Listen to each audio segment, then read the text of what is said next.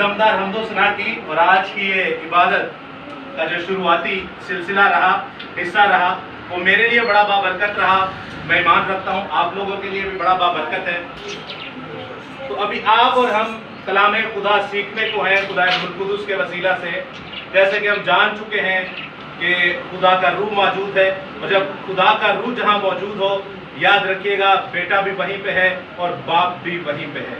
सो खुदावंद खुदा आपको बड़ी बरकत दे। एक बार जोरदार अपने लिए तालियां बजाएं।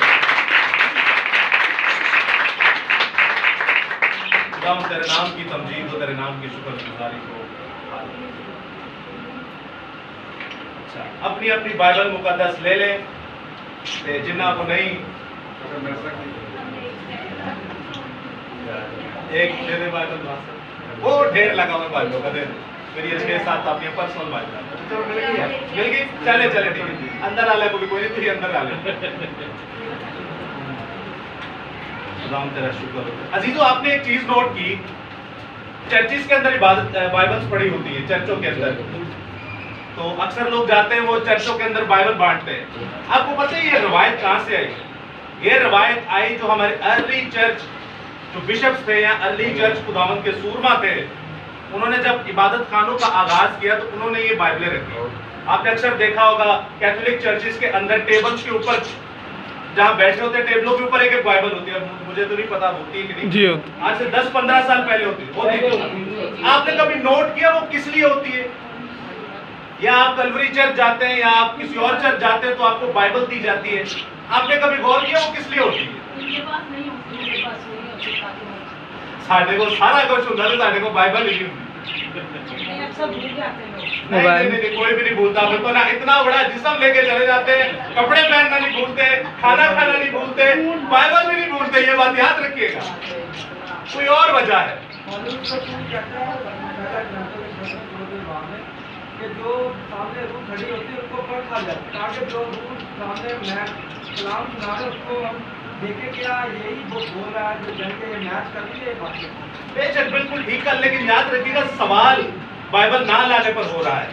और बाइबल चर्चिस में इसलिए रखी जाती है कि जो गैर कौम से लोग आते हैं, आपको पता है मुसलमान हिंदू अपने घर पे ये कलाम नहीं रख सकते, रखेंगे तो क्या होगा?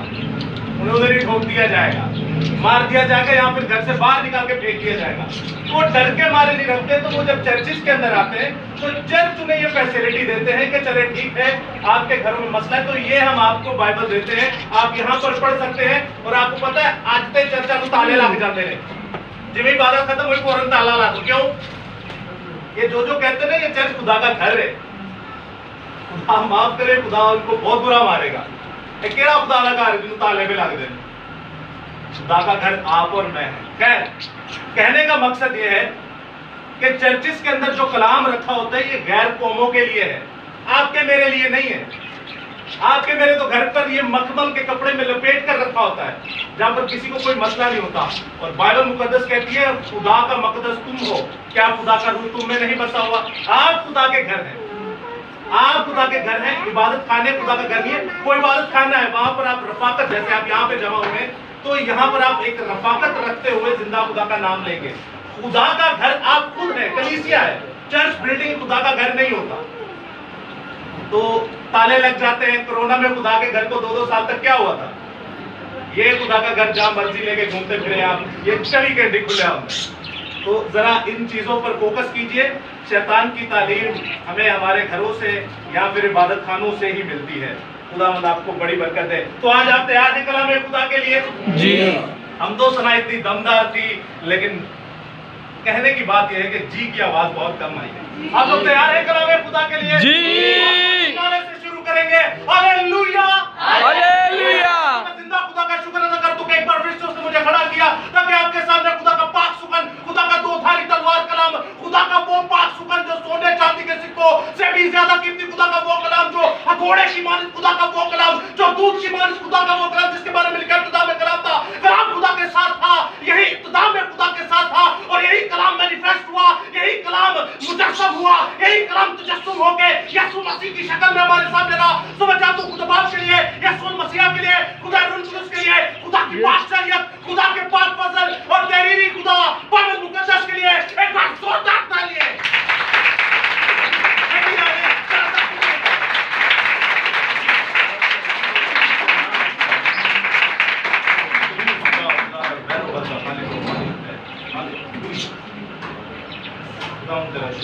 अजीजों, बढ़ते हैं मरकजी आयत की तरफ। और आज का जो टॉपिक है वो है पलौठे मेरे हैं। टॉपिक क्या है? पलौठे मेरे हैं। आप जानते हैं कि आज जिंदा खुदा के सूरमा वकार भाई की बेटी की बर्थडे भी है और उन्हीं की शुक्रगुजारी में आज ही इबादत रखी गई है। याद रखिएगा कि बर्थडे इवेंट्स जो है ये एक बहाना है हम लोगों ने जिंदा खुदा का पाक कलाम जो एक दूसरे को सीखना और सिखाना है। तो मेरे साथ देखिए मुकद्दस मूसा की मार्फत लिखी गई खरूज की किताब उसका 22वां बाब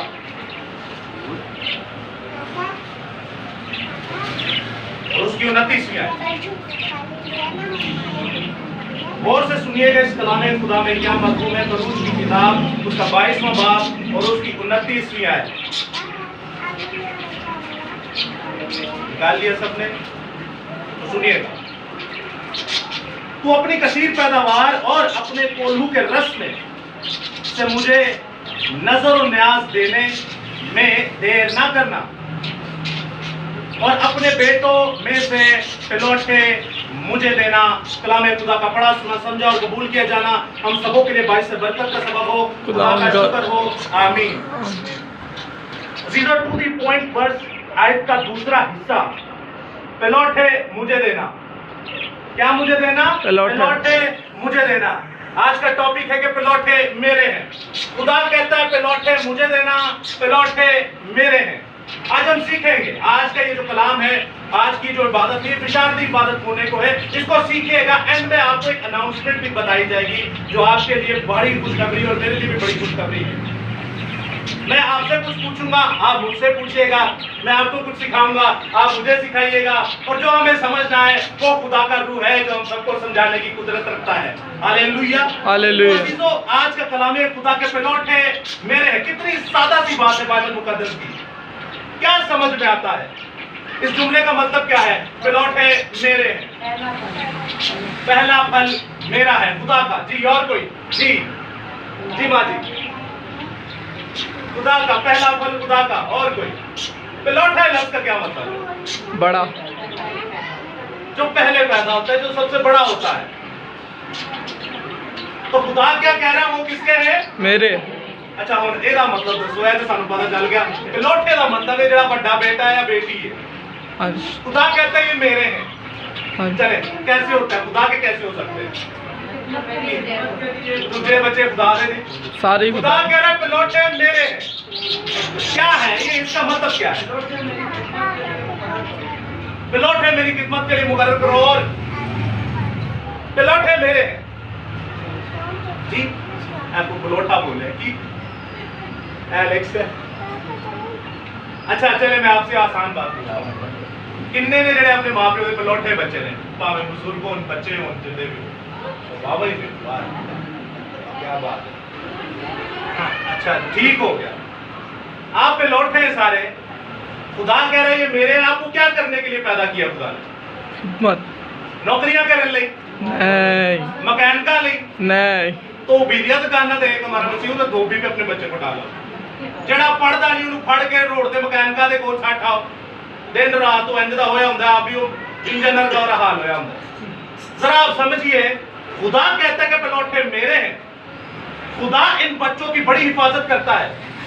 मैं तुहानू गारंटी ना कहना तुहाडे सारे नालों बहुत है मैनू मेरे अंदर जज्बा है कि खुदा बच्चों की कितनी कदर करता है, क्योंकि मेरे को है नहीं। और रूहानी आपकी सोच से भी ज्यादा कितने मुल्क के अंदर भी और मुल्क के बाहर भी। हमें मशहूर होने की जरूरत नहीं है। तो याद रखिएगा पलौठे मेरे हैं। खुदा कहते हैं इनको मेरे कामों के लिए लो। कितने जो अपने बच्चे पलौठों को नौकरियों पे लगाए हुए हैं, कितने जो अपने बच्चे पलौठों को ऐसी ऐसी जगह पर लगाया है जो 12-12 घंटे की नौकरी है, तकारा आगे फिर सुता ही रहता है। कितने जो अपने बच्चों को पलौठे जो खुदा के हैं उनको हमने ऐसे काम में लगाया है। मैं एक ऐसे बाप को भी जानता हूं जो शराब बेचता है और उसने अपने पलौठे बेटे को उसी काम पे लगाया हुआ है। पलौठे खुदा कहता है कि मेरे हैं, इन्होंने मेरे काम लिए अकस कर दो। इस बच्चे के लिए कोई काम नहीं है इस दुनिया के अंदर, इसके लिए एक ही काम है कि मेरा काम करे। क्या छोटी बात है? बहुत बड़ी बात। तो जिसको दिए हैं उससे तो हिसाब लिया जाएगा। तो जिन्हें को कोई नहीं ओते हो गए बरी। अब जिसको दिए हैं, बाइबल में याद रखिएगा, खुदा पहले आपकी बरकत सुनता है तो चाहिए की आप वो बरकत मांगते हैं, खुदा मैंने दे दे दे दे दे दे, वो आपको वो बरकत दे देता है। और याद रखिए उसी बरकत से वो आपको आजमाता है, उसी बरकत से आजमाता है कि इस बरकत का कर क्या रहा है। आज आप लोग सभी यहाँ बैठे हैं और खुदावन के फजल से मसीह लोग हैं। हमने ये तो पता चल गया कि जी पिलोटे मेरे हैं, आज तक कोई नहीं जब खुदा। अब मुझे बताएं कैसे मसीह हैं हम? मसीह हैं कि नहीं? नहीं है। कौन सा माँ बाप है जिसने अपना पिलोटा बच्चा खुदा के लिए अखज़ किया हो कि ये जाए पूरी दुनिया के अंदर और खुदा के पाकलाम को सिखाए? पता है क्यों नहीं किया?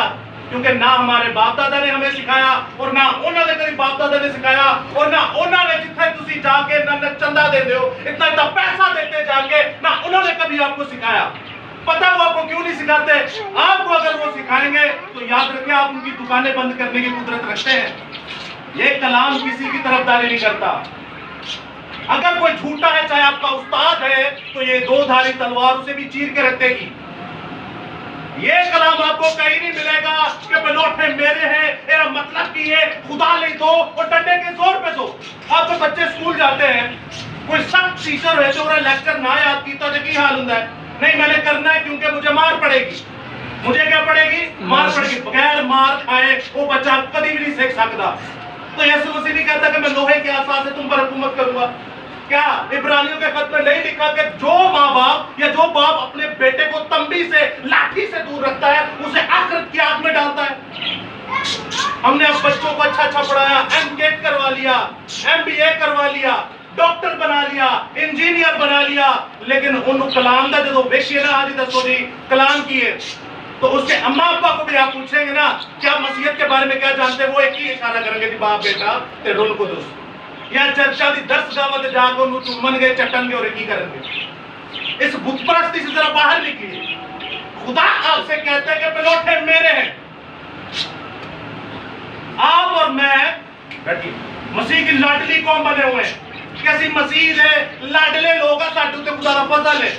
तो याद रखिएगा, ना उसने मूसा को छोड़ा, ना उसने दाऊद को छोड़ा, ना उसने कौम बनी इस्राइल को छोड़ा, ना ही उसने आदम और हवा को छोड़ा, और ना उसने आसमान पर जिसने नाफरमानी की उसको छोड़ा। आपको और मुझे खुदा की नाफरमानी करने से वो कैसे छोड़ देगा? हम अपने पिलोटों के साथ करते क्या है? ये खुदा का कलाम उनकी हड्डियों के अंदर डालना पड़ेगा। मुंह चाहिए उनके पेट के अंदर नहीं, बल्कि उनकी हड्डियों के अंदर। अब आप सुनिएगा, खुदावन खुदा फरमाता है कि पिलोटे मेरे हैं। हमें पता चल गया जी हाँ, ये खुदा ने कहा कि बड़े बच्चे मेरे। तो एक छोटा सा सवाल है, छोटे को खिदमत नहीं बुलाना। हम आप कह रहे हैं कि पिलोटे जो बड़े बच्चे हैं वो मेरे हैं। तो सवाल ये है कि जो पिलोटे से छोटे हैं, या 2 हो या 3 हो या 4 हो या 10 हो, उन छोटों में से क्या खुदा किसी को खिदमत के लिए नहीं बुला रहा? तो फिर ये क्यों लिखा है पिलोटे मेरे हैं?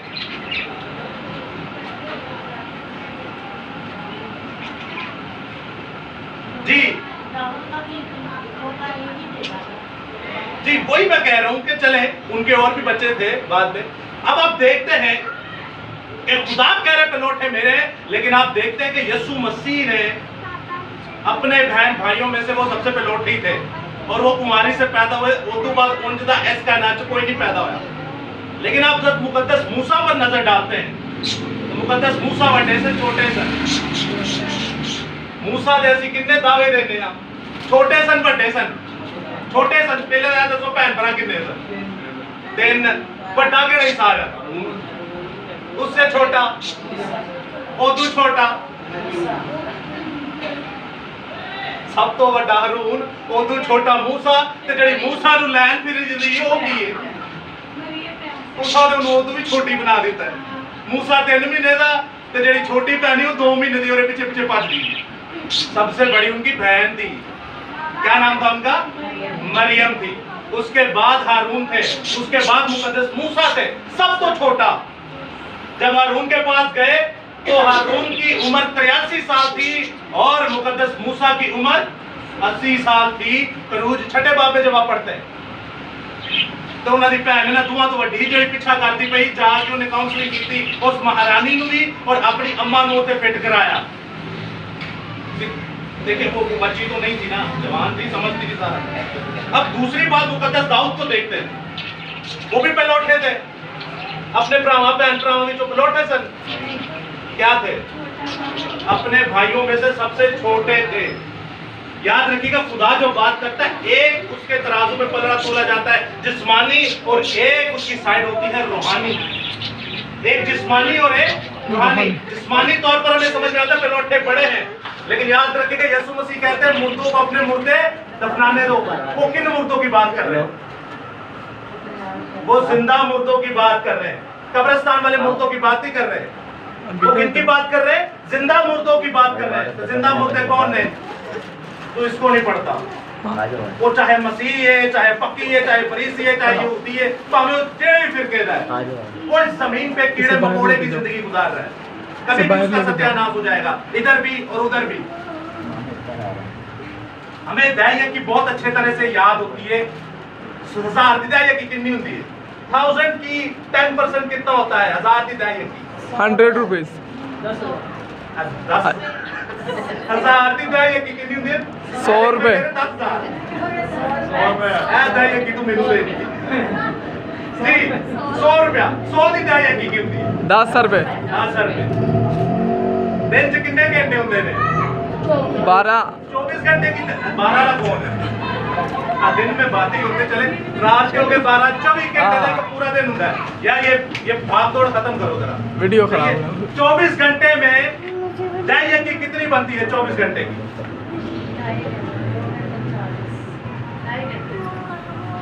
जी, और 2.25 घंटे, 2 घंटे 40 मिनट, 2 घंटे 40 मिनट बनती है 24 घंटे की दाइया की। केड़ा केड़ा 2 घंटे 40 मिनट इनू दे। जय मसीह, जय मसीह। और कोई 2 घंटे 2.5-3 घंटे को कौन देता है? आप सोचें हम किस दुनिया में रह रहे हैं। हम कब मर जाए हमें नहीं पता, लेकिन हम लेकर क्या जाएंगे हमें सब पता है। हम किस हालत में जाएंगे, क्योंकि हमारी हालत हमारे सामने है, हमारा दुश्मन हमारे सामने है। हम सारे काम करते हैं, 12-12 घंटे की नौकरी। हमारी माँ जो है वो 2-2 नौकरियां करती है हमारे लिए। हमारा बाप जो है वो कहीं, अभी मैं बात कर रहा था जॉर्जिया के अंदर, मेरी स्टूडेंट बता रही है कि वो सर आती नहीं है, रात को टैक्सी चलाते हैं, सुबह ड्यूटी पे जाते हैं। बाहर की जिंदगी इतनी टफ है तो मसीह है जो 0। यूरोप के अंदर बैठे हुए लोग इतने मसरूफ है, इधर फिर पाकिस्तान बैठे जितने आटा भी बड़ी मुश्किल लगता है। हाँ? तो आप सोचे कि आपके ऊपर और मेरे ऊपर कैसी आजमाइश है। ये हमारा मुल्क है पाकिस्तान, और याद रखिएगा इस मुल्क के अंदर जो रहकर हम कर सकते हैं तो इस दूसरे मुल्क का नहीं कर सकते। खुदा ने आपको बड़ी एक कुदरत दी है। आपको पता है यहाँ पर लाइव मुनाजरे भी होते रहे, अभी भी होते हैं, क्रिश्चियन मुस्लिम्स के साथ और मुस्लिम क्रिश्चियंस के साथ अपोलोजेटिक्स करते हैं, अपने ईमान का दिफा करते हैं। वो बताते हैं कि हम कैसे अपने ईमान को डिफेंड कर सकते हैं। ये अपॉर्चुनिटी आपको कहीं नहीं मिलेगी। तो खुदा कहता है पलौठे मेरे हैं। अब 2 कंडीशंस है, या तो मैनू कहता है सानू बड़ा बच्चा दे दो जेड़ा मेरा काम करे सिर्फ, या वो कहता है चलो इन्ने बच्चों विचों कोई एक ही दे दो। ते जे नहीं तो फिलिप्पस दी कितनी बेटियां सन? 4 क्या थी? कुंवारी थी, और 4 की 4 नबियां थी। नबी लफ्ज जो है प्रोफेसी करता है, प्रॉफिट होता है, चाहे वो मेल है या फीमेल है। और जब प्रॉफिट लफ्ज को आप देखते हैं यूनानी जुबान में तो ये प्रोफिटियो बनता है। प्रोफिटियो के 2 मीनिंग है, एक कलाम और एक नबूवत। यानी नबूवत आपने करनी है कलाम के अंदर से। मैं कल नबूवत करा, तेरा पर्दा इंज लगदा, तेरी वीजे का नंबर आवे, तेनू टिकट नहीं मिल जाएगी, तेनू बाइक मिल जाएगी, ये सारी शैतानी नबूवतें हैं। बाइबल मैं आपसे कहूं यीशु मसीह आने वाले, तौबा करो, तो ये बिब्लिकल नबूवत है। कितना आसान है नबूवत करना, लेकिन इस कलाम को तो परखिए, इसको पढ़िए तो सही। उसके बाद आप देखते हैं खुदा जब कहते हैं पलौठे मेरे हैं, तो यही आयत खरूज 13 बाब में भी इस्तेमाल हुई, यही आयत खरूज 34 बाब में भी इस्तेमाल हुई। क्यों? खुदा आखिर क्यों चाहता है कि पलौठे मैनू दे दो? ये क्यों चाहता है? पेलोठे आपकी है, क्यों चाहता है ये पेलोठे मुझे दे दो? क्या करवाना चाहता है वो आपसे? क्या खिदमत क्या होती है? क्या करवाना चाहता है वो आपसे? दूसरे तो मोती इसमें लिखा है 4 बाब उसकी 5 आयत में, मगर सब बातों में होशियार रहे, दुख उठा, बिशारत का काम अंजाम दे, अपनी खिदमत को पूरा कर। खिदमत जो है और जो पूरी होती है वो बिशारत का काम सर अंजाम देने में, यानी कि खुदावंद यीशु मसीह की खुशखबरी या इस पाक कलाम को आगे फैलाने में पूरी होती है। आप और मैं इस कलाम को फैलाते हैं आगे। हाँ देखा दी अपनी मां ने सुनाया होना जिन्हें टेढ़ तो ही जमे हैं, आपने प्योर नहीं कभी सुनाया ना जिन्हें सिद्धू कामा। पढ़े लिखे बच्चे हैं ना सारे, कौन है यहाँ पे जो अनपढ़ बैठा हुआ है? सभी पढ़े लिखे हैं। कभी अपनी मां को बचाने की कोशिश की थी, कभी अपने प्यो को बचाने की कोशिश की थी, कभी अपने भरा को बचाने की कोशिश की थी कि वो नशे थे या फिर वो बदतमीजी करता है या फिर वो नकम्मा ना कर रहा है या फिर वो कुछ भी नहीं करता, यानी कि साढ़े लिए कलंक है। वो किसी की नहीं सुनेगा, लेकिन जब इस कलाम की कुदरत को उसके सामने रखेंगे वो सुनेगा, क्योंकि इस कलाम में कुदरत पाई जाती है, यीशु नाम में कुदरत पाई जाती है, पाक कलाम में कुदरत पाई जाती है। इस कलाम को आपने अपने बच्चों की हड्डियों में डालना है। हड्डियों में डल सकता है कलाम जी, ये मैं तफसीलन बात करूं, डल सकता है कि नहीं? बाइबल में लिखा है ये कलाम बंद बंद कूदे कूदे में से होकर गुजर जाता है आपके जोड़ों और आपके जोड़ों के अंदर, पंजाबी जिन्होंने कहते हैं मेख और इंग्लिश में जिसे कहते हैं बोन मैरो, उसके अंदर से भी निकल के गुजर जाता है। आप मुकद्दस अलीशा नबी को जानते हैं। मुकद्दस अलीशा नबी कैसे मरे थे? किसी को याद हो? एक बीमारी ना मरे सर। मुकद्दस अलीशा नबी जब एक बीमारी से मर गए तो उन्हें दफना दिया गया। हड्डियों की बात हो रही है। मुकद्दस अलीशा नबी जब एक बीमारी से मर गए तो उन्हें दफना दिया गया। उसके बाद जब आप देखते हैं कि गैर कौम की फौज हमला करती है और गैर कौम की फौज में से एक फौजी मर जाता है। अब जब उस फौजी को मर जाना है, अब उसे दफनाना है, तो दफनाने के लिए कब्र खोदी गई। अब कब्र खोदी गई, उनको तो नहीं पता ये कौन है, सैकड़ों सालों से पड़ी होगी लाश, तो लाश तो आपको पता कल सड़ जाती है, उसके बाद रहेगी हड्डियां। अब जब उस गैर कौम नावकून इंसान की, बेईमान इंसान की लाश को उन हड्डियों के अंदर फेंका, तो याद रखिएगा वो मुर्दा जो है उन हड्डियों के लगने से जिंदा हो गया। उन्हें खुदा पाक का कलाम उसकी हड्डियों के अंदर था और जिसके अंदर खुदा का कलाम है वो मुर्दों को जिंदा करता है। Hallelujah, hallelujah. यीशु मसीह के लिए एक बार जोरदार तालियां।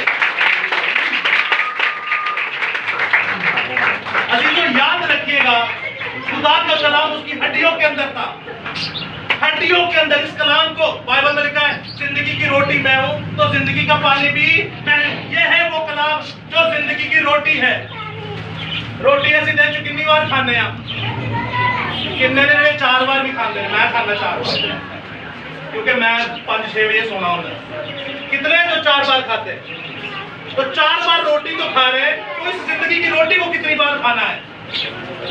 इसको तो नहीं खाते। तो फिर जो जिंदगी की रोटी खाने ना सामरी औरत का जिस्मानी पानी पीनी आ रही है, फिर प्यासी होएगी। तो यार जिंदगी में पानी को पी ले तो उन्हें क्या तू कभी प्यासी नहीं होगी, बल्कि तेरे अंदर जड़ा की हो जाएगा, एक चश्मा बन जाएगा और जो चश्मा निकलेगा तो आपके वसीला से दूसरे भी निजात हासिल करेंगे।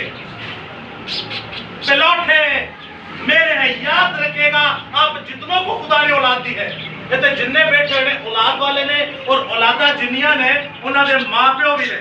आप जितने यहाँ पर मौजूद हैं, जितने औलाद वाले मौजूद हैं और जितनी औलादें यहाँ पर मौजूद हैं, खुदा आपसे आपकी नस्ल से बदला लेगा।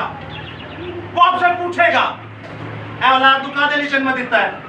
भाई किस लिए दिया, किस लिए दिया? खुदा आपसे पूछेगा। याद रखिएगा कल वो सब मर जाना है, उते की मुंह लेके जावांगे, इसको जरा समझिएगा, सोचिएगा। खुदा कहता है ये कलाम तेरे बच्चे की हड्डियों के अंदर होना चाहिए, ये कलाम तेरे बच्चों की हड्डियों के अंदर होना चाहिए। इतनी इतनी तालीम लेते हैं, आपको पता 100-200 से ज्यादा किताबें मैट्रिक से जब आप पास करते हैं तो 100-200 से ज्यादा किताबें पढ़ चुके होते हैं। आगे जब आप मास्टर्स करते हैं, MBA करते हैं तो आप 1000 से ज्यादा किताबें पढ़ चुके होते हैं। आप किताब को कौन पढ़ेगा? जिसने आपको औलाद दी है वो सूद समेत लेना भी वापस जानता है कि नहीं? जिसने औलाद दी है वो सूद समेत वापस लेना जानता है कि नहीं? खुदा कहता है रूहानी तौर पर पिलौठे, यानी कि जो खुदा पर बच्चा ईमान लाता है, चाहे वो सबसे छोटा हो, तीसरे नंबर का हो, चौथे नंबर का हो, खुदा की नजर में वही पिलौठा होता है। ये याद रखिएगा हमेशा। खुदा की नजर जो पिलौठा होता है, भावे जितना भी छोटा क्यों ना है, भावे 6 बच्चों में 5वें चौथे नंबर का क्यों ना है, अगर वो खुदा से मान लिया तो खुदा की नजर में वो पिलौठा है। आपने याकूब और एसाव की कहानी भी सुनी। याकूब बड़ा था या एसाव बड़ा था? याकूब छोटा था, तो बरकत किसको मिली? जो खुदा पर ईमान लाएगा वही पिलौठा कहलाएगा। आप जानते हैं यीशु मसीह कहते हैं निजात यहूदियों में से है। यहूदा कितने नंबर का बच्चा सी? चौथे नंबर का लिया से पैदा हुआ। कितने बच्चे हैं टोटल? एक और भी 13। अच्छा, बच्चे किसके थे ये? याकूब के बच्चे, बाप का नाम याकूब और उन्हें लक़ब दिया गया इस्राएल। ये मैं आपसे क्यों पूछ रहा हूँ? आपने एक चीज नोट की होगी, आपने बड़ी बाखूबी सुनी होगी। याकूब का मतलब की है धोखेबाज। और कोई? याकूब का मतलब क्या है? याकूब का मतलब की है इस्राएल। याकूब लफ्ज का मतलब क्या है? इस्राएल लफ्ज का मतलब नहीं पूछ रहा, धोखेबाज। और कोई? याकूब लफ्ज का मतलब तुम्हारे बच्चा तो कहता ना याकूब है, क्या मतलब है दादू के नाम का? नहीं पता। हमें यहाँ ये पुरपट से सिखाया जाता है, साढ़े पासवा नहीं सिखा देना, साढ़े प्रोफेसर स्कॉलर नहीं सिखा देना। याकूब लफ्ज का मतलब है धोखेबाज। ये मैंने जिस पादरी के मुंह से सुना था ना, इत्तेफाक से उसका अपना नाम भी याकूब ही था। वाह, इतनी तमीज नहीं है। बंदा पूछे तेरा आपा की धनिया खा के तेरू पैदा कर चढ़िया, तू फड़ मेरा नाम याकूब रख चढ़िया, वो भी धोखेबाज। बाप इसहाक जो है, क्या वो बेवकूफ से अपने बच्चे का नाम याकूब रख रहे? धोखेबाज। ये पुरपट से जो तालीम आपको मिलेगी, आपको कब्र में भी घुसेड़ देगी, और ऐसी कब्र में घुसेड़ेगी जहां से आप कभी वापस नहीं आ सकते। खादिम अगर गलत तालीम दे तो जीजो याद रखिएगा, बाइबल उसे कुत्ता भी कहती है, बाइबल उसे सुअर भी कहती है, बाइबल उसे सांप की नस्ल भी कहती है, और बाइबल उसे पता नहीं क्या क्या कहती है। एक हमारे भाई थे, वो उनके वालिद साहब कह रहे पादरी ने गाला काट दिया। उन्होंने कहा नहीं पादरी की गाला काटा, बाइबल चले आया, रब हरामजादे कमीने, ये नापाक रिश्ते हैं, गालियां नहीं है। लेकिन ये इतने बड़े नापाक रिश्ते हैं कि गालियों से भी बढ़कर ये उनके लिए है जेडे ऐसी बड़े डबाबू टाई शाई ला के गलोते होंगे ना, ऐसा डेले ही है, तुहाडे लिए नहीं है। पर की फायदा कि तुसा अज तक इन्हू वेखे ही नहीं, तुहानू ये नहीं पता। पौलुस रसूल कहता है हर कलाम करने वाली रूह नू परखो, तो परखोगे तो तब ना जब कुछ आता होगा जी, परखेंगे तो तब ना कुछ जब आता होगा। आपको पता है रूहें और नस्लें इस कलाम के वसीला से बचती हैं। मैंने जानबूझ के इस बात का शुरू किया। आप पैदाइश 29 बाब पढ़ते हैं, पैदाइश 25 बाब पढ़ते हैं, पैदाइश 28 बाब पढ़ते हैं, पैदाइश 26 बाब पढ़ते हैं, आपको पता चलेगा असाऊ से उसके माँ बाप इजहाक और नक तंग सन साऊ तो। इसाऊ से नक तंग थे क्यों? क्योंकि उन्हें गैर कौम दी बीबियां ना शादी कर ली। अच्छा, उसको पता था कि मेरे बाप को इनसे तकलीफ है, फिर जाके इस्माइल की कुड़ी ना भी शादी कर ले। ऊपर से अपना पिलौठे होने का हक जो है वो भूख पेट पीछे, मसूर दी दाल पीछे अपना वेच छड़िया। मुझे बताइए, जो कहते हैं याकूब धोखे से बरकत ले गया, फिर मतलब है उन्होंने दा छड़ा प्यो है ना इस्राएल, वो सामने होना चाहिए। हमें गलत गाइड किया जा रहा है, आज से नहीं, जदों दा आसमान तो डिग्गा ना थले उदों ही सानू गलत गाइड किया जा रहा है। एक थे, उन्होंने कहा भाई देखे ये तो बाप दादा की रस्म है, हम जो बुत बनाते, स्टेचू बनाते, तस्वीरें लगाते, ये तो बाप दादा की रस्म है। तो शैतान भी तो बाप दादा से चलता आ रहा है, शैतान भी तो तभी से चलता आ रहा है। अब ये नई बुत परस्ती सुन लें। याकूब का मतलब धोखेबाज, आप लोग की गलती नहीं है, आप स्टूडेंट्स हैं, लेकिन उसको खुदा नहीं छोड़ेगा जो पुरपट पे चढ़ के आपको गलत सिखाता है। याकूब का मतलब है अकब करने वाला, याकूब का मतलब है जासूस, याकूब का मतलब है जो पीछा करता है, सब्स्टिट्यूट है। लेकिन खुदा ने जब उनको देखा, जब उन्हें 3-3 बना के असौ के पास भेजा काफी अरसे के बाद, तो खुदा ने कहा अब तू याकूब नहीं बल्कि तू इसराइल होगा। इसराइल का मतलब क्या है? खुदा के सामने अपराइट। इसराइल का मतलब क्या है? खुदा का शहजादा। इसराइल का मतलब क्या है? खुदा का लीडर। अब तू तुम नहीं बल्कि सर होगा। ये है याकूब, छोटा सी या बड़ा सी। खुदा कहता है पेलोटे क्या है? मेरे हैं। खुदा ने याकूब को चुना, उसके बाद यहूदा को देखते तो ये चौथे नंबर पर था। सबसे पहले रूबन, उसके बाद शमौन, फिर लावी, और फिर चौथे पर आप देखते हैं मुकद्दस यहूदा, जिनके सुलभ से, जिनकी नस्ल से यीशु मसीह पैदा हुए, और वो फिर सामरी औरत को कहते हैं कि निजात यहूदियों में से है। अब जब आप इसको सीखते हैं, पढ़ते हैं, तो आपको पता चला पेलोठे का मतलब है कि कोई भी बच्चा हो सकता है, सारे हो जाते बहुत बेहतर है। लेकिन जिंज साडी हालत ने साडे घरां दी, ते कोई एक ही दे दो, भावें बड़ा दे दो, ते भावें छोटा दे दो, ते भावें मंजला दे दो, कोई एक दे दो। आज वकार भाई का हंसता हुआ मुंह मुझे नजर आया है। वकार भाई, कितने अरसे से आपने बाइबल पढ़ना छोड़ी हुई है? 1.5 महीना हो गया। 1.5 महीने में खूब सीजन लगाया इन्होंने, बड़ा नोट कमाया। 1.5 महीने में खूब सीजन लगाया, बड़ा नोट कमाया। बच्ची की फ्रॉक भी कितनी प्यारी खरीदी है। एक वक्त था, मैं आपको बताऊं, ये वो शख्स है जिसने इस कलामे हक के लिए बहुत बड़ी कुर्बानी दी है। आप में से मोतेरे लोग जानते हैं ये कहां से कहां आए। जी जी। लेकिन सोचे जब ऐसा बंदा सब कुछ छोड़ के आपकी तरफ आया हो, तो 1.5 महीने तो उन्हें जिंदगी की रोटी ना खाई हुए, क्या खुदा उसे छोड़ेगा? आप सबों के लिए आज एक अल्टीमेटम है। पहले तो आपको इन चीजों का नहीं था पता, तो आप बचे हुए थे। शरीयत इसलिए दी गई ताकि आपको गुनाह की निशानदेही कराई जाए। तो आप आज आप सुन लें, आप जो भी करते रहे उसका हिसाब खुदा आपसे लेगा। सानू फर्क पता क्यों नहीं पैदा? फर्क इसलिए नहीं पड़ता कभी, क्योंकि हमारे साथ हुआ नहीं। अगर होता भी है तो हम नजरअंदाज कर देते हैं। जेडे बहुते मसीह ने वो कहते हैं खुदा दी आजमाइश हो सकती है, तो जे के गुनहगार होते तेरे तो खुदा की लानत है। वो भाई सब पे खुदा की लानत है। जो जान गुनाह करेगी सो वो मरेगी। आप अपने पेलोठे बेटे को अकॉर्डिंग टू आज के चैप्टर की वजह से आप देखते हैं पढ़े लिखे होना फिर बड़ा जरूरी है। बच्चों को पढ़ाया कि नहीं आपने? मैं आप में से बहुतों को जानता हूं जिनके बच्चे बहुत ज्यादा तालीम याफ्ता हैं। जी, आपकी तालीम एमटेक कर रही है, एमबीबीएस डॉक्टर बनने को। एक डॉक्टर अमजद है हमारे, ऑलरेडी डॉक्टर है। बच्चे इधर पढ़े लिखे। मैं आपसे एक सवाल करता हूं, मुकद्दस मूसा जो है उन्होंने कितनी किताबें लिखी? 5 और ज़बूर भी लिखे थे।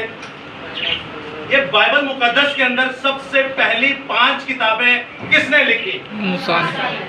मुकद्दस मूसा ने लिखी। कितनी जुबानों में लिखी? ये कोई आसान काम है? मैं ते खलो के आदम दी हिस्ट्री लिखा, हवा दी हिस्ट्री लिखा, शैतान दी हिस्ट्री लिखा, ये कोई आसान बात है? खुदा हर किसी को ये देता है कुदरत और ये ताकत। किसको दी? मुकद्दस मूसा को। क्या मुकद्दस मूसा पढ़े लिखे थे या अनपढ़ थे? क्या थे? अनपढ़। आवाज आ रही है, अनपढ़ बार आवाज आ रही है, पढ़े लिखे थे। अब और देखिए 40 साल वो रहे मिस्र के अंदर शहजादों की तरह। 40 साल वो बादशाह की तरह रहे, शहजादों की तरह रहे मिस्र के अंदर। और मिस्र उस वक्त दुनिया की सबसे बड़ी सुपर पावर। मिस्र दुनिया की सबसे बड़ी सुपर पावर। हर एक नजूम, हर एक इल्म और हर एक किस्म का जो अजराम फलक का इल्म है, या फिर आर्कियोलॉजिस्ट, जमीन के लेकर आसमान के सितारों तक की हर एक इल्म मिस्र के अंदर पाया जाता था। निहायत ही पढ़े लिखे लोग, निहायत ही पढ़े लिखे लोग। अनपढ़ थे या पढ़े लिखे थे? निहायत ही पढ़े लिखे लोग।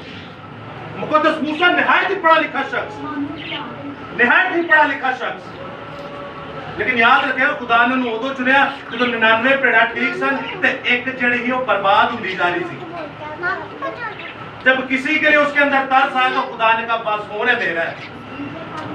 निहायत ही पढ़ा लिखा शख्स खुदा का नबी और रसूल बनता है और खुदा की कौम को लेकर चलता है।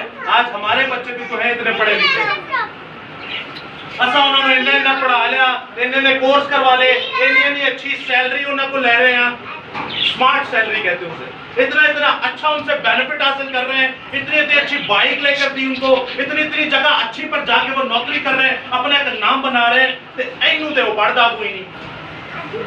जब दसो वो तालीम घटाते स्वाद ही, फिर वो तालीम किस लिए, किस काम की वो तालीम है? आप मुझे बताओ वो किस काम की तालीम है? उस तालीम का कोई फायदा है? टीचर देखे हमारी बैठी हुई टीचर जबरदस्त किस्म की, कितने दिन हो गए बाइबल छोड़े हुए पढ़े? काफी दिन हो गए। हाँ? क्या करते हैं हम लोग? इसको नहीं पढ़ेंगे, खुदा आपको इसी जमीन पर बर्बाद करेगा, आपको हर रोज बर्बादी दिखाएगा। समझने वाला समझ जाए। आपको पता है यीशु मसीह के शागिर्द अनपढ़ थे, यीशु मसीह के शागिर्द अनपढ़ थे। मान 4 बाब 13 पढ़ते और यूहन्ना 7 बाब जब 14 से 15 आयत पढ़ते हैं तो वहां पर यीशु मसीह के बारे में भी लिखा है। वो भी क्या थे? अच्छा, यीशु मसीह जो आ रही है मैं आपके सामने पढ़ता, सुनिएगा क्या थे। वे इल्म थे, सुनिएगा। आपको कर क्या रहे थे? प्रीचिंग कर रहे थे, खुदा का कलाम सुना रहे थे। साहित्य को मैं सिर्फ पढ़ूंगा, आपने गौर से सुनना है। साहित्य मुकद्दसा को मुकद्दस यूहन्ना रसूल की मार्फत लिखी गई यीशु मसीह की इंजील, उसका 7वां बाब और उसकी 14वीं से 15वीं आयत में लिखा है। गौर से सुनिएगा इस बात में क्या मफहूम है। और जब वो ईद के आधे दिन गुजर गए, और जब ईद के आधे दिन गुजर गए तो यीशु हैकल में जाकर तालीम देने लगा। बस यहूदियों ने ताज्जुब करके कहा, इसको बगैर पढ़े क्यों कर इल्म आया है। और जब किंग जेम्स वर्जन में आप पढ़ते तो वहां पे लिखा है एंड द ज्यूज मार्वल, यहूदी जो थे वो ताज्जुब करके, ताजुब यानी कि तुसी कोई अजूबा ले लो ना तो मुंह खुलेगा खुला रहिए, इंसान हक्का बक्का हो जाए और ऐसी चीज को देख ले जो आप उसने कभी ना देखी, दंग रह जाता है। आज ਤੁਹਾਡੇ ਵਿੱਚੋਂ ਕਈ ਲੋਕ हैं ਜਿਹੜੇ ਮੈਨੂੰ ਵੇਖ ਕੇ ਹੈਰਾਨ ਹੁੰਦੇ ਹੋ ਕਿ नहीं। तो सोचो उस टाइम यीशु मसीह ਉਹਨੂੰ ਵੇਖ ਕੇ यहूदी कहते दंग रह जाते होंगे, दंग रह जाते थे कि ये बंदा तो बेइल्म है, इसको तो इल्म ही नहीं है। कैसे? The Jews marvel saying, how not this man learners having never learned। इन्हें कभी पढ़े ही कोई नहीं, इन्हों कितों पता है। अजीजों याद रखिएगा, हमारी बहुत सारी बहनें, मैंने इस हवाले का जिक्र क्यों किया, अक्सर बहनों की ये बात होती है कि पास्टर साहब जेड़ा पढ़िया नहीं हो की करे, जेड़ा पढ़िया नहीं वो की करे। तो जो पढ़ा नहीं है तो यीशु मसीह के शागिर्द भी नहीं पढ़े। अब बताइए बिल्कुल उन जेड़ा पढ़िया नहीं वो तो अपने अपनों आजाद समझ के बैठा है कि नहीं? मेरा तो काम ही नहीं। आपको मुझे तैयार किया गया है इरशाद आजम के लिए, आपको और मुझे तैयार किया गया किसके लिए? इरशाद आजम। इरशाद आजम क्या है जी?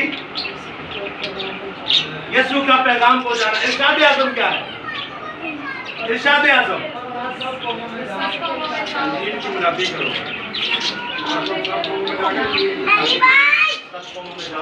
तो सारे गलत लफ्ज मार डालते हैं। लफ्ज क्या है?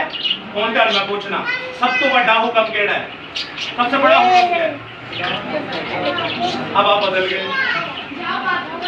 तो मैंने तो दोनों की बातें पूछे, इरशाद आजम और सबसे बड़ा हुक्म, द ग्रेट कमांडमेंट एक ही बात है। सानू तो शहर सब तो बड़ा हुक्म है अजीम किए सब कौमों में जाओ, यही बताया जाता है, लेकिन ये नहीं है, झूठ है।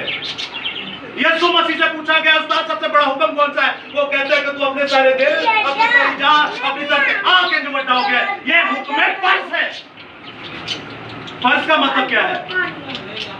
हमारे दीन इस्लाम के भाई बैठे हुए यहाँ पर, फर्ज का मतलब है जान चली जाए पर काम नहीं रुकना चाहिए, जान चली जाए पर यह काम नहीं रुकना चाहिए। तो यीशु मसीह ने यहाँ पे ये हुक्म फर्ज किया है। आपके जीने का मकसद है ये कि आप सब कौमों में जाए और उन्हें पाक पर बैठे और रूह कुदस के नाम से बपतिस्मा दे, और जो तालीम यीशु मसीह ने आपको दी उस तालीम को आगे फैलाए ताकि हर एक मौत मिट जाए और यीशु के नाम में वो जिंदगी पाए, बल्कि कसरत की पाए। यीशु मसीह का कलाम जो है वो फैलाना ही जिंदगी है। ग्रेट कमांड, बड़ा हुक्म, हुक्म अजीम, हुक्म सबसे बड़ा इरशाद आज़म जो है वो ये है कि तू अपने सारे दिल, अपनी सारी जात, ताकत और अकल से खुदा को प्यार कर।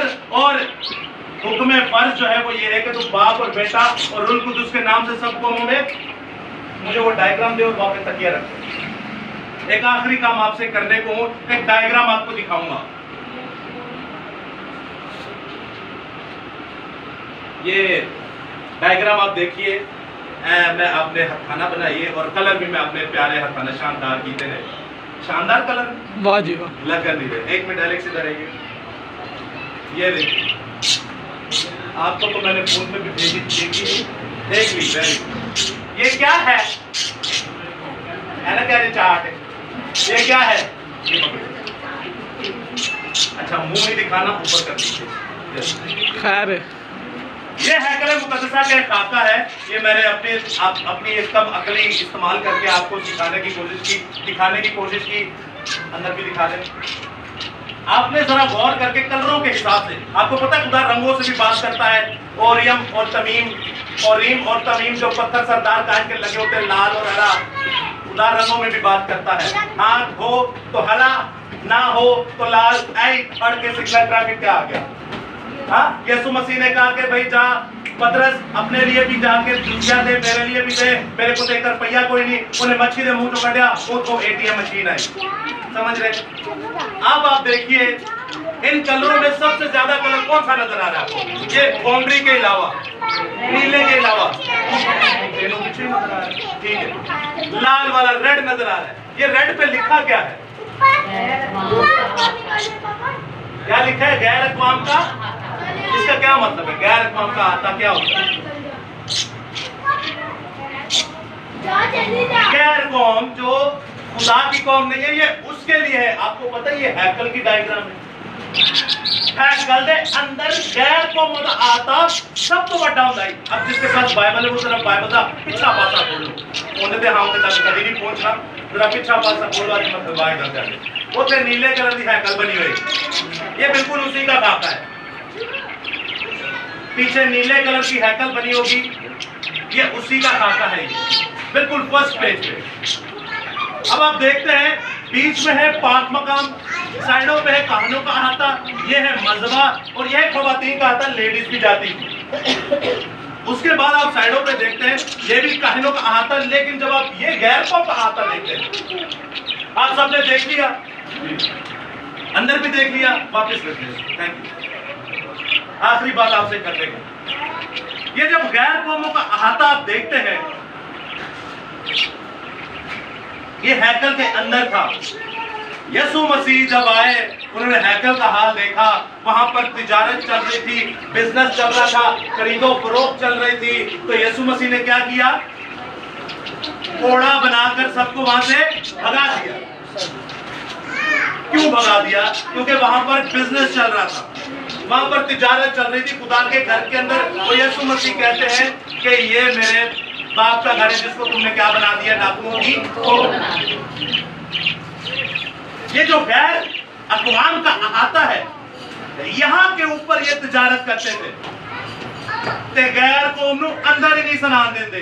यहूदी गैर कौमों को अंदर ही जाने देते थे। और ये जो गैर कौमों का अहाता है, जो बाइबल मुकद्दस में खुदा ने सबसे बड़ा हिस्सा रखा गैर कौमों के लिए, क्योंकि खुदा ने अपने बेटे की कुर्बानी कुल दुनिया के लिए दी है, ताकि जो कोई उस पर ईमान लाए हलाक ना हो बल्कि हमेशा की जिंदगी पाए। तो गैर कौमों का सबसे बड़ा अहाता खुदा ने हैकल मुकद्दसा के अंदर रखा, लेकिन वहां से यहूदियों ने उन्होंने बॉयकॉट करके भगा दिया और कहा कि यहोवा खुदा का ब्लूप्रिंट सिर्फ हमारे पास है। ये किसी गैर कौम के पास जाएगा तो क्या हो जाएगा? नापाक हो जाएगा। यहोवा खुदा का जो मैन्युस्क्रिप्ट है, ये जो मेन किताब है, जो मेन खुदा है, वो सिर्फ यहूदियों का है, और वो किसी का नहीं। वो मुनादी करने छोड़ गए। क्या करने छोड़ गए? मुनादी करना छोड़ गए। तो क्या उसका नतीजा निकला? गैर कौम की जगह पर बिजनेस कर रहे और मसीह को गुस्सा आया और उन्होंने कोड़े मार के भगा दिया अपने लोगों को कि निकलो तुसी ते गैर कौमां नूं भी नहीं छड्डिया। जब वो गैर कौमों में मुनादी नहीं थे कर रहे तो खुदा ने उस चिरागदान को उसके चिराग के समेत उठा के बाहर फेंका, उस हैकल को मसमार करवाया और उस हैकल को जलवा भी दिया। वो भी किसी गैर कौम वाले को है, किसी के अंदर हिम्मत जो खुदा के घर को जलाए। ये खुदा खुद था जिसने अपने घर को जलवाया, अपने लोगों को मरवाया और फिर अपने घर को बर्बाद करके उसकी नींव के अंदर से भी पत्थरों को निकाल दिया, क्योंकि यीशु मसीह ने कहा इस पत्थर पर पत्थर बाकी ना रहे। क्यों? क्योंकि इस कलाम को वो फैलाना बंद कर गए थे। आज आपके लिए और मेरे लिए एक आखिरी सवाल है, तो कलाम जैसे ही कोई नहीं फैलाते। आज हैकल कौन है? चर्च का कभी मत कहिएगा ए खुदादा का आ रहे। अनाउंसमेंट होती है पता कैसी, खुदा ने कहा तरी कोई नहीं हदिया दे दो। ये कौन सा खुदा का घर है?